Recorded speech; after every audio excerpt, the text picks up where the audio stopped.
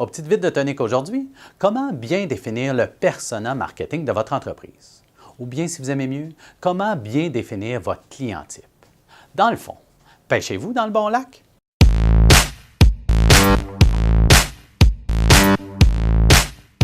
Qui est le client type idéal pour votre entreprise? Est-ce que vous le connaissez? En rencontre de démarrage de projet numérique, on a toujours cette question. Quel est votre client type ou est-ce que vous connaissez votre cible? Plus le client connaît sa cible, plus on peut s'en rapprocher en stratégie numérique. Mais souvent, nos questions et nos réponses à ces questions-là pour connaître notre client type sont erronées. Ce qu'on veut savoir de notre client type, c'est son comportement et même ses pain pleasure. Qu'est-ce qui lui fait mal et qu'est-ce qu'il aime? Toutes ces questions-là vont nous aider à mieux cerner notre client idéal. Quand vous allez à la pêche, vous adaptez votre hameçon au poisson que vous allez pêcher, non? Tu sais, c'est un peu comme un pêcheur en haute mer qui part avec une ligne à mouche faite pour pêcher la truite en rivière.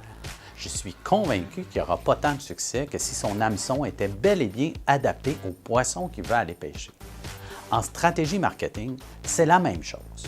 Plus nos hameçons ou nos actions sont efficaces et sont pensées par rapport à notre client type, plus les résultats vont rapporter. Voici quelques questions qui vous aideront à mieux définir ces personnes qui sont vos clients types. Où est-ce que cette personne magasine?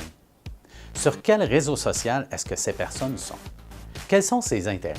Et même, quel artiste est-ce que ces personnes-là aiment? Tentez aussi de répondre à la question de ses problématiques, de ses challenges. Qu'est-ce qui lui fait mal?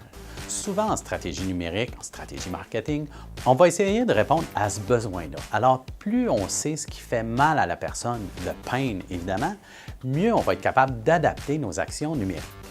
Peu importe la question, la réponse doit être dirigée vers mieux connaître le comportement de cette personne-là qui est votre client type. Dans le fond, si vous avez des clients que vous connaissez un peu plus, osez leur poser ces questions-là pour essayer de comprendre, d'apprendre sur eux pour savoir exactement leur comportement. Plus on s'en rapproche, le mieux c'est. Alors évidemment, rassemblez votre équipe également, surtout ceux qui sont au quotidien en action avec vos clients et discutez des réponses que vous avez et même des questions en groupe pour tenter de répondre à toutes ces questions-là de façon plus efficace. Plus vous allez être précis dans les réponses à ces questions, plus vous allez définir de façon précise votre client type, donc plus vos actions numériques seront rentables. En terminant, 2 règles importantes pour bien définir le persona marketing de votre entreprise. Assurez-vous que les questions que vous posez répondent aux besoins, aux comportements, aux problématiques et même aux données démographiques et biographiques de votre client type. Osez demander aux clients que vous connaissez davantage ces questions. Prenez les réponses et même les questions et en équipe, surtout avec les employés ou toutes les personnes de votre entreprise qui sont au front avec les clients, discutez des réponses et des questions pour essayer de bien définir votre client type, c'est-à-dire votre persona marketing. Alors sur ce, bonne semaine et osez le web maintenant!